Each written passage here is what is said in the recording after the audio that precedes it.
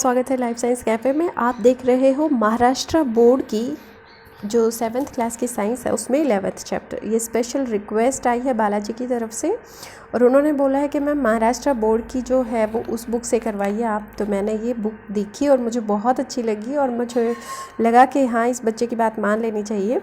तो उसमें cell structure और माइक्रो ऑर्गेनिज्म जो चैप्टर है उसमें कुछ दिक्कत आ रही है उस बच्चे को, ठीक है। तो आप जैसे ही इसे पढ़ोगे इसका जो लिखने का तरीका है स्पेशली वो मुझे बहुत पसंद आया। देखिए उसमें फर्स्ट ऑफ ऑल क्वेश्चन किया है कि what is the name of minute component of which the body of a living organism is made. वो माइन्यूट कंपोनेंट क्या कहलाते हैं जिनसे हमारे जो भी कोई ऑर्गेनिज्म है उनकी बॉडी बनी होती है। तो उन्हें सेल कहते हैं, आप सबको पता है। अरे मुझे नहीं बताना था, आपको खुद को बताना है ये, ठीक है। आपने क्योंकि पहले भी पढ़ा होगा ये सब। Is the number of the smallest units is same in the bodies of all living organism. क्या ये जो सेल्स होती हैं मतलब जो ये यूनिट्स होती हैं वो सभी ऑर्गेनिजम्स की बॉडी में सेम होती हैं या अलग होती हैं। तो हम सेल के बारे में पढ़ते हैं। हमने अब तक पढ़ा है कि सेलुलर ऑर्गेनाइजेशन है वो प्राइमरी कैरेक्टरिस्टिक्स होता है सभी लिविंग ऑर्गेनिज्म का। मतलब चाहे वो प्लांट्स हैं, चाहे वो एनिमल्स हैं, चाहे छोटे ऑर्गेनिजम्स हैं, माइक्रो ऑर्गेनिजम्स जिनको बोलते हैं, वो सभी सेल से बने होते हैं। मतलब ये इनका ऑर्गेनाइजेशन होता है वो फर्स्ट कैरेक्टर है, प्राइमरी कैरेक्टर है। मतलब अगर एक सेल है तो भी वो किसी तरह से तो अपना पूरा फंक्शनिंग कर रही है, ठीक है।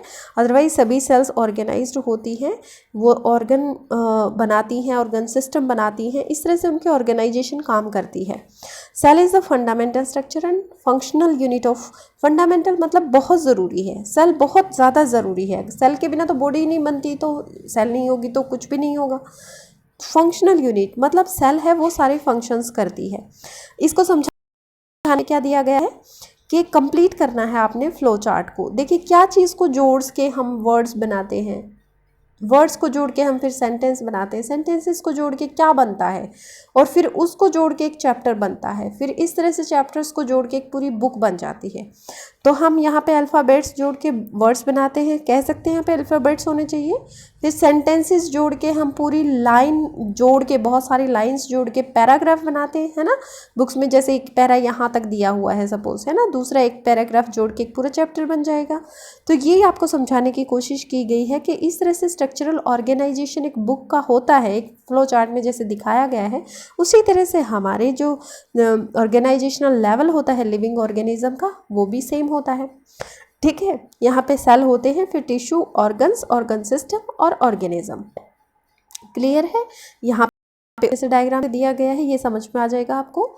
देखो सबसे पहले यहाँ पे दिया गया है कि cells form the basic of the structure and function of all living organisms. जितने भी सेल होती हैं वो बिल्कुल बेसिक बनाती हैं किसका, अब किसी भी ऑर्गेनिज्म का स्ट्रक्चर का बेसिक और फंक्शन का बेसिक। अगर सेल नहीं है तो ना ही तो स्ट्रक्चर होंगे और ना ही फंक्शन होंगे। It is the only with the help of the cells that living organism carry out all their different life process। ये सिर्फ सेल्स की हेल्प से होता है कि जो सभी लिविंग ऑर्गेनिज्म होते हैं वो अपने different life process carry out करते हैं। मतलब उनकी सारी लाइफ प्रोसेस होती है। जैसे ये सेल है, सेल्स ने मिलके एक टिश्यू बनाया, इन बहुत सारे टिश्यूज़ ने मिलके ऑर्गन बनाया, बहुत सारे ऑर्गन ने मिलके ये एक ऑर्गन सिस्टम बनाया और इस तरह से बहुत सारे ऑर्गन सिस्टम मिलके एक पूरी बॉडी बनाते हैं, ठीक है। अब आप अपना दिमाग को यूज़ करें, ठीक है। कैसे यूज़ करना है, यहाँ पे जो क्वेश्चन देंगे वो आपको बताना है। तुम्हें काहे झाले समझ नहीं आ रहा है तो मुझे कमेंट करके ज़रूर बताना। इसमें क्वेश्चन है where do the life process of unicellular organism take place. जो यूनिसेलुलर ऑर्गेनिज्म है जिसमें एक सेल होती है, सिर्फ इस तरह से कुछ नहीं होता, ना टिश्यू होता, ना ऑर्गन होता, ना ऑर्गन सिस्टम होता है, उनमें ये सारी प्रोसेस कैसे होती है। सारी प्रोसेस का मतलब है कि किस तरह से डाइजेशन होता है, किस तरह से उनका रेस्पिरेशन होता है, किस तरह से एक्सक्रीशन होता है, जो वेस्ट निकालने की प्रोसेस है, ये सारी कैसे होती है ये सब बताना है। अब यहाँ पे एक एडिशनल इन्फॉर्मेशन दी गई है। ग्रेट साइंटिस्ट हैं हमारे रॉबर्ट हुक, ठीक है।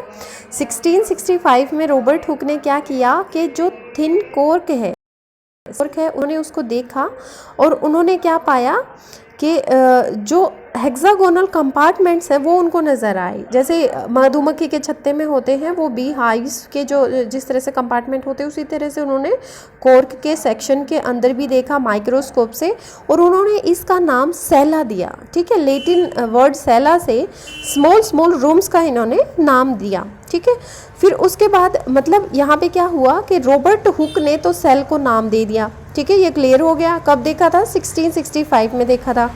उसके बाद 38 में 65 के डायरेक्ट 1838 में Schleiden and सेक्वॉन, Theodore सेक्वॉन, MJ Schleiden बोलो आप इसको, और थियोडर सेक्वॉन ने सेल थ्योरी दी। उन्होंने कहा कि all living organisms are made up of cells, जितने भी लिविंग ऑर्गेनिज्म हैं सारे सेल से बने होते हैं, और फंडामेंटल कंपोनेंट है लिविंग ऑर्गेनिज्म का ये सेल जो है फंडामेंटल कंपोनेंट है। दो चीज़ ये याद रखनी है। ठीक है, दो मतलब जो सेल थ्योरी थी वो किसने दी थी और उन्होंने क्या कहा था। उसके बाद 1885 में रुडोल्फ वर्चू आए, उन्होंने कहा था कि जो पहले से सेल है उन्हीं से नई सेल बन सकती है, ऐसे नहीं है कि हवा में कोई सेल बन जाएगी। ठीक है, तो यहाँ पे तीन चीज़ क्या याद रखोगे? रॉबर्ट हुक ने 1665 में माइक्रोस्कोप से देख कर ये बड़े छोटे रूम जैसा कुछ होता है। उसके बाद 38 में स्केलेटन एंड सेक्वॉन ने दो चीज़ें, सभी लिविंग ऑर्गेनिज्म सेल से बने होते हैं, जो सेल है बहुत फंडामेंटल कंपोनेंट है। ठीक है, बहुत ही ज़्यादा ज़रूरी कंपोनेंट है लिविंग ऑर्गेनिज्म का। फिर 1885 में 1838 के बाद 1885 में देखो कितना कितना गैप है कि रुडोल्फ वर्चू ने बोला कि सभी सेल्स जो है प्री एग्जिस्टिंग सेल से बनती हैं। इसको कैसे याद करोगे? मतलब रूड बिहेवियर जब जिसका होता है, रूड बिहेवियर, वो ऐसे पूछता है कि जब ये चीज़ यहाँ थी ही नहीं तो आई कहाँ से। बच्चे झूठ बोलते हैं ना, पापा मैंने नहीं रखी, या किसी और ने रखी है, या फिर कोई और लेके आया है। तो फिर ऐसे घर में बच्चे पेरेंट्स के सामने ऐसे झूठ बोलते हैं तो वो रूड होके बोलते हैं कि जब ये थी ही नहीं तो आई कहाँ से, घर में तो कोई और आया नहीं, तुम ही लाए होगे इसको घर में। तो ये प्री एग्जिस्टिंग सेल से ही आती है, मतलब तुम यहाँ थे तो तुम ही लेके आए हो। ठीक है, अपने आप हवा से नहीं आई है। तो इसको ऐसे याद कर लेना, ये डेट्स जरूर याद कर लेना कि 1665 के बाद 1838 में और उसके बाद 1885 में रुडोल्फ वर्चू, और जो कई बार आपको ये पूछ लेंगे सेल थ्योरी किसने दी, स्केलेटन एंड सेक्वॉन ने दी थी। ठीक है, उसके बाद measurement and observation of cells, किस तरह से मेजर करते हैं सेल्स को, किस तरह से ऑब्जर्वेशन करते हैं। ये देखिए माइक्रोस्कोप का भी आपको थोड़ा सा ध्यान रख लेना है, कंपोनेंट्स क्या क्या होते हैं माइक्रोस्कोप के। 1673 है, एंटोन वॉन ल्यूवेनहुक ने असेंबल किया था बहुत सारे लेंस के कंपोनेंट को। ठीक है, जो कंपार्टमेंट्स हैं उनको जोड़ के उन्होंने माइक्रोस्कोप कंस्ट्रक्ट किया था। किसने? एंटोन वॉन ल्यूवेनहुक ने। एक्चुअली में ये कंपार्टमेंट क्या थे कि लेंसेज थे, बहुत सारे लेंस को जोड़ा उन्होंने, फिर माइक्रोस्कोप बना दिया। तो उन्होंने फर्स्ट टाइम जो ऑब्जर्व किया था वो क्या था? लाइव बैक्टीरियल सेल्स और प्रोटोजोन सेल्स। तो आपसे ये पूछा जाएगा कि माइक्रोस्कोप किसने बनाया था? 1673 में एंटोन वॉन ल्यूवेनहुक ने माइक्रोस्कोप बनाया। कैसे? लेंसेज को जोड़ के। फिर फर्स्ट चीज़ जो उन्होंने ऑब्जर्व की थी वो थी लाइव बैक्टीरिया। ये पूछ सकते हैं लाइव बैक्टीरिया किसने देखा? एंटोन वॉन ल्यूवेनहुक ने। और प्रोटोजोन को भी किसने देखा?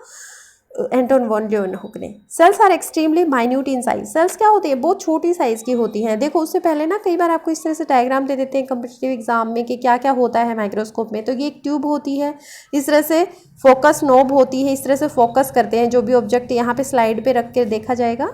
फिर फाइन फोकस नॉब होती है, उसके बाद ऑब्जेक्ट लेंसेज होते हैं, फिर उसके बाद स्टेज होता है ये वाला। ठीक है, फिर इल्यूमिनेटर और बेस होता है। हमने फिर ये देखा है कि जो माइन्यूट साइज़ होता है सेल्स का, हम उनको नेक्ड आई से नहीं देख सकते, मतलब नंगी आंखों से नहीं देख सकते, माइक्रोस्कोप से देख सकते हैं। नैनोमीटर, जो माइक्रोमीटर और नैनोमीटर होती है वो यूनिट होती हैं जो किसी के साइज़ को मेज़र करने के लिए यूज़ होती हैं। ठीक है, तो ये दो चीज़ें और भी आपको हो सकता है पहले से पता हो, लेकिन ये याद रखने आपने कि माइक्रोमीटर और नैनोमीटर। ठीक है, उसको कई बार एम भी लिखा हुआ होगा कहीं पर और NM भी लिखा हुआ होगा। ठीक है, M से माइक्रो, N से नैनो, ये साइज़ को मेज़र करने के लिए यूज़ होता है। जो कंपाउंड माइक्रोस्कोप होता है वो सेल्स को ऑब्जर्व करने के लिए यूज़ होता है। ठीक है, एक तो सिंपल माइक्रोस्कोप होगा, एक कंपाउंड माइक्रोस्कोप होगा। कंपाउंड माइक्रोस्कोप बहुत सारी छोटी छोटी सेल्स होती है उनको देखने के लिए यूज़ होता है।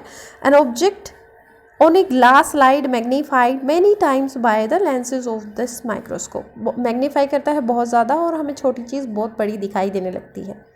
ठीक है, यहाँ पे लिखा हुआ है 1 centimetre equal to how many millimetres. ठीक है, 1 मिलीमीटर था 1000 माइक्रोमीटर, 1000 माइक्रोमीटर जो 1 माइक्रोमीटर जो होता है वो 1000 नैनोमीटर के बराबर होता है। ठीक है, तो आपने ये बताना है यहाँ पे 1 सेंटीमीटर किसके बराबर होता है, कितने मिलीमीटर के बराबर होता है। अब यहाँ पे आपने क्या करना है, एक सेगमेंट लेना है, अनियन का एक टुकड़ा लेना है और केयरफुली सेपरेट करना है आपने। थिन जो एक लेयर से निकलती है ना, जब आप प्याज खाते हो उसमें छोटी सी पतली सी लेयर से निकलती है, उसको वो निकालनी है। वो किधर से निकलेगी, कनकेव साइड से। कनकेव कन्वेक्स में जिस बच्चे को परेशानी होती है, देखो केव क्या होती है, इस तरह से गुफा होती है। ठीक है, तो इस तरह से जो प्याज का हिस्सा होता है, यहाँ इसके अंदर की साइड से वो निकलती है, पतली सी कागज़ की जैसी, बिल्कुल ट्रांसपेरेंट। तो फोर्सेप्स से भी निकाल सकते हो, हाथ से भी निकल जाती है। Place the membrane on a glass slide. अब इस मेम्ब्रेन को आपने ग्लास स्लाइड पे रखना है और इस पर 1 बूंद पानी डालना है। ध्यान रखना है कि वो फोल्ड ना हो, वो जो स्लाइड आप वो लेयर जो आप निकालोगे वो फोल्ड ना हो। और उसमें एक put A drop of A dilute solution of iodine और इयोसिन ओवर इट। आपने या तो उसमें आयोडीन डालना है या इयोसिन डालना है। और 10x पे ऑब्जेक्टिव जो होता है 10x ऑब्जेक्टिव पे इसको करके कंपाउंड माइक्रोस्कोप पे आपने देखना है। आपने भूलना नहीं है कि कवर स्लिप उसके ऊपर ज़रूर लगा दें ताकि उसमें बबल्स ना रहें या इस तरह से कोई दिक्कत ना आए।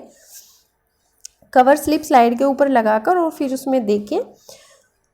फिर in the same way observe the cell from various part of the plant like leaves, bark, root tip. इस तरह से और भी सेल्स को आप देख सकते हो और आपको ये ऐसी दिखेंगी लास्ट में। ठीक है, तो आप ज़रूर अपनी ऑब्जर्वेशन को करके देखना, आपके लिए एक प्रैक्टिकल हो जाएगा साथ में। कैन यू टेल, क्या आप बता सकते हो, are the cells that you observe are alike, all alike. जितने भी आपने सेल्स देखी हैं वो सब एक जैसी हैं, ऑब्वियसली सेम नहीं होंगी। व्हाट इज़ देयर स्ट्रक्चर, उनका स्ट्रक्चर कैसा है, ओवल है, राउंडेड हैं और सिलेंडर है, किस तरह की क्या शेप है सेल्स की। व्हाट आर देयर शेप्स, उनकी शेप क्या है वो भी बतानी है। फिर उसके बाद आपने इंटरेस्टिंग इन्फॉर्मेशन सेल के बारे में कलेक्ट करनी है बुक से, और आपने लाइब्रेरी से बुक्स ढूंढनी है और स्मॉलेस्ट और लार्जेस्ट सेल कौन सी है वो आपने बतानी है। यहाँ पे फिर सेल साइज़ के बारे में दिया हुआ है। देखो, सेल साइज जो होता है बहुत ज़्यादा अलग अलग होता है। ठीक है, वेरिएशन होती है, मतलब अलग अलग होता है। Their shapes are mainly related to their function. जो उनकी शेप होती है वो उनके फंक्शन से रिलेटेड होती है। आप इसमें देखोगे कि देखो अमीबा है, उसकी कोई शेप नहीं है। ब्लड सेल्स हैं वो राउंडेड हैं, सरफेस सेल्स हैं वो इस तरह से हैं, है ना। फिर स्पाइरोगायरा की है, फिर एक फैट सेल है जो हमारे बॉडी में फैट डिपॉजिट होता है, उसकी शेप ऐसी होती है। एग सेल ऐसी होती है, मसल सेल ऐसी होती है, बोन सेल ऐसी होती है, स्पर्म सेल ऐसी होती है जिसमें टेल हो, नर्व सेल्स इस तरह से होती है। समझ गए। तो जो सेल होती हैं उनकी डिफरेंट शेप होती है, उसको circular, rod shape, columnar, spiral और ओवल, रेक्टेंगल, बहुत सारी शेप का ऐसा बोला जाता है। उसके बाद है each cell contain various components for carrying out life process of the living organisms. हर एक सेल के पास हर अलग अलग कंपोनेंट होते हैं। इसको समझाने के लिए मैं एक बात बता दूं आपको। जैसे हमारी बहुत ज़्यादा प्लांट के टिप के ऊपर ना बहुत ज़्यादा एक्टिवली डिवाइडिंग सेल्स होती हैं। ठीक है, तो वो एक्टिवली डिवाइडिंग जो एपेक्स होता है प्लांट का उसके ऊपर प्रेजेंट होती है। तो उसमें किस चीज़ की ज़्यादा ज़रूरत होती है ना, कौन सी सेल ऐसी होनी चाहिए। वहाँ पे देखो, एक तो जो आपका वैक्यूल होता है वो बहुत छोटा छोटा प्रेजेंट होता है क्योंकि वहाँ पे ज़रूरत नहीं होती।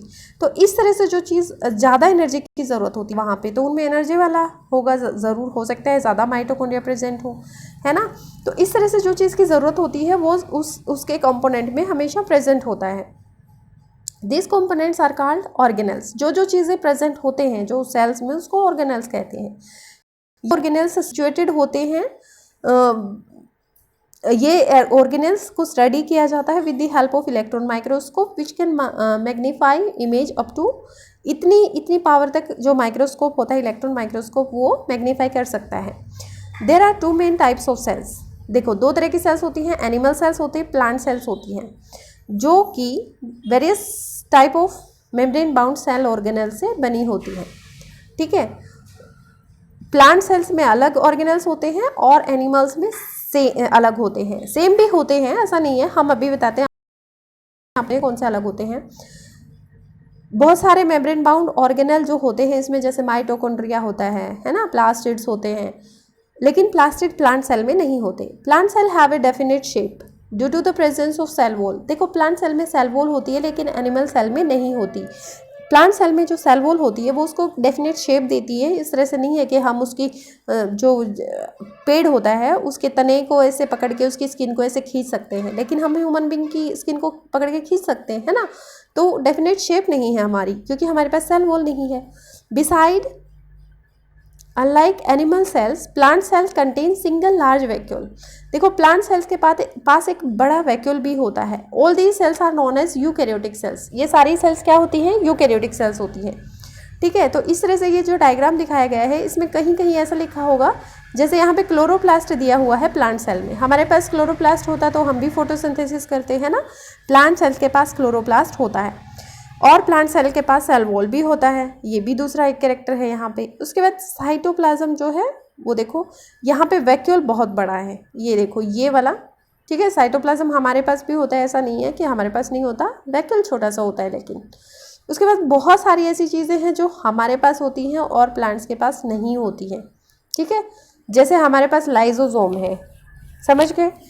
और जैसे हमारे पास और क्या हो सकता है, इसमें आपके में डिफरेंस दिखाई नहीं है ज़्यादा। देखो जो 4 मेन चीज़ होती है, जो क्वेश्चन में आपसे पूछ सकते हैं कि मेन कंपार्टमेंट होते हैं, मेन कंपोनेंट होते हैं, मेन पार्ट्स जो होते हैं सेल के, वो बताइए। तो इसमें आप लिखोगे cell wall, cell membrane, cytoplasm and organelles, ठीक है। सेल वॉल बहुत ज़रूरी है। Cell wall is the outermost covering of a cell, it is present only in the plant cells. ये कॉम्पोनेंट है मेन वाला हिस्सा है, लेकिन आप इसको इस तरह से नहीं सोचना कि एनिमल्स में नहीं होता, तो ज़रूरी नहीं है, बहुत ज़्यादा ज़रूरी है ना। ऐसे तो सभी लोग पेड़ के पास से निकलते गुलूमुलू कोई भी उसकी स्किन को खींच के चला जाता, जोर से भी पकड़ के खींच सकता था, है ना। क्या हो गया इसे भाई, है ना। तो ये जो है सेल वॉल ये ज़रूरी है, क्योंकि हम उसको पकड़ के खींचते और पेड़ हमारे पीछे नहीं भाग सकता था। तो हम लोगों से भी तो सेफ्टी चाहिए ना, हम हर चीज़ को अपने हिसाब से करते हैं। उसके बाद प्लाज्मा मेम्ब्रेन, जो मेम्ब्रेन होती है वो परमेबिलिटी के लिए होती है, हर एक चीज़ हमारी सेल्स के अंदर न चली जाए, इसलिए उसकी एक बैरियर देने के लिए मेम्ब्रेन होती है। Membrane is a kind of thin covering, पतली सी होती है ये, एक्सट्रीमली डेलिकेट होती है, बहुत मतलब नाजुक होती है, फ्लेक्सिबल होती है।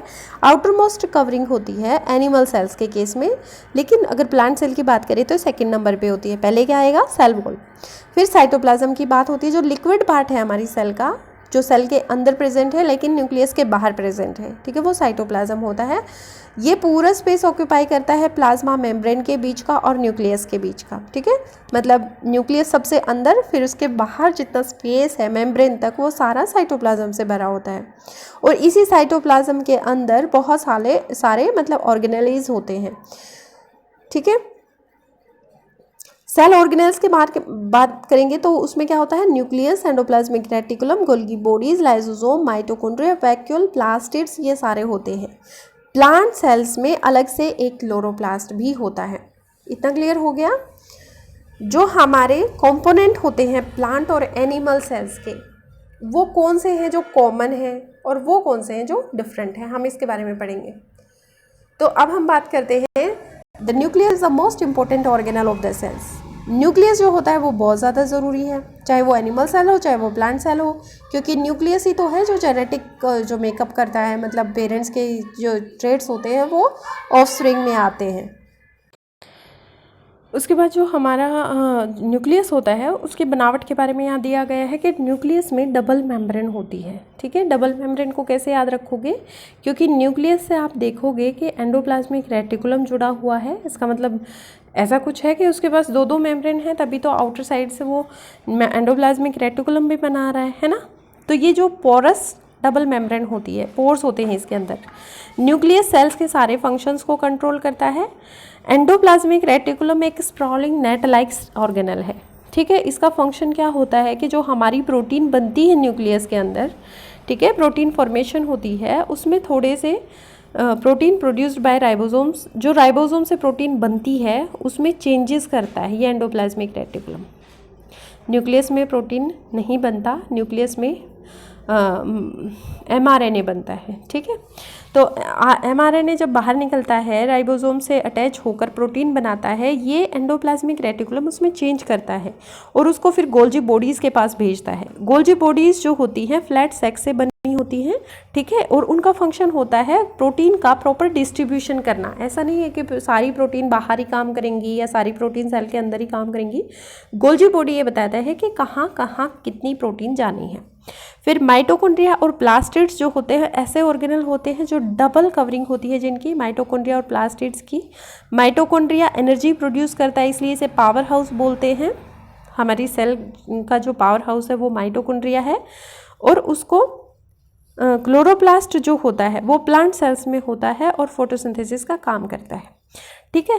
Vacuole help to throw out the waste produced by the cells. जो हमारे वैक्यूल्स होते हैं वो वेस्ट को स्टोर करके रखते हैं और उनको बाहर भेजते हैं। वैक्यूल जो होते हैं एनिमल सेल्स के वो छोटे होते हैं, जबकि जो प्लांट सेल का वैक्यूल होता है वो बड़ा होता है। समझ गए? Now use your brain. How do the cell acquire definite shape. Cells की जो डेफिनेट शेप होती है वो किसकी वजह से होती है? Second is how are cells protected. किस तरह से प्रोटेक्शन मिलती है सेल्स को। And what are the needs of cells. हमारी सेल्स की ज़रूरत क्या है।